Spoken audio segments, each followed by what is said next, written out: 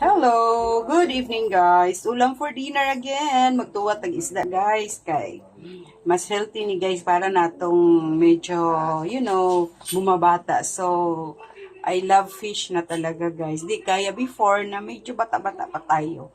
Mag pork kami. So, ngayon guys, isda na naman ako. Tinolang bangos. Ayan, tula-tulang bangos tayo guys.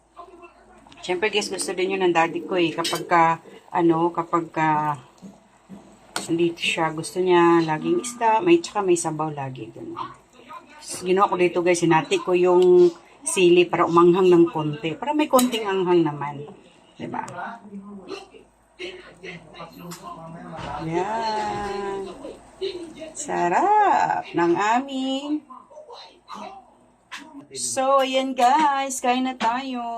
Ulam for dinner. Ayun. Makaka-relate nito guys yung mga fish lover. Ayan, gustong-gusto nila yan. Yung mga fish lover dyan. Favorite nila to. Oh, talagang guys, talagang nagmamantika siya guys. So, yung taba ng bangos. Malabo lang kasi gawa nga ng sa usok. Ayan, medyo na gano'n siya. Layo natin ng konti. Ayun, yan. Nakita nyo ba? Sa bandang gilid na yun.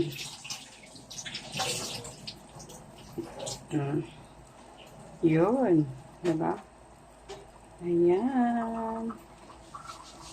Thank you so much guys for watching. Please don't forget, like, share, and follow na rin para maging updated kayo guys sa aking mga new uploads. Thank you so much for watching my video. Thank you so much guys. Please support my ads too. Thank you.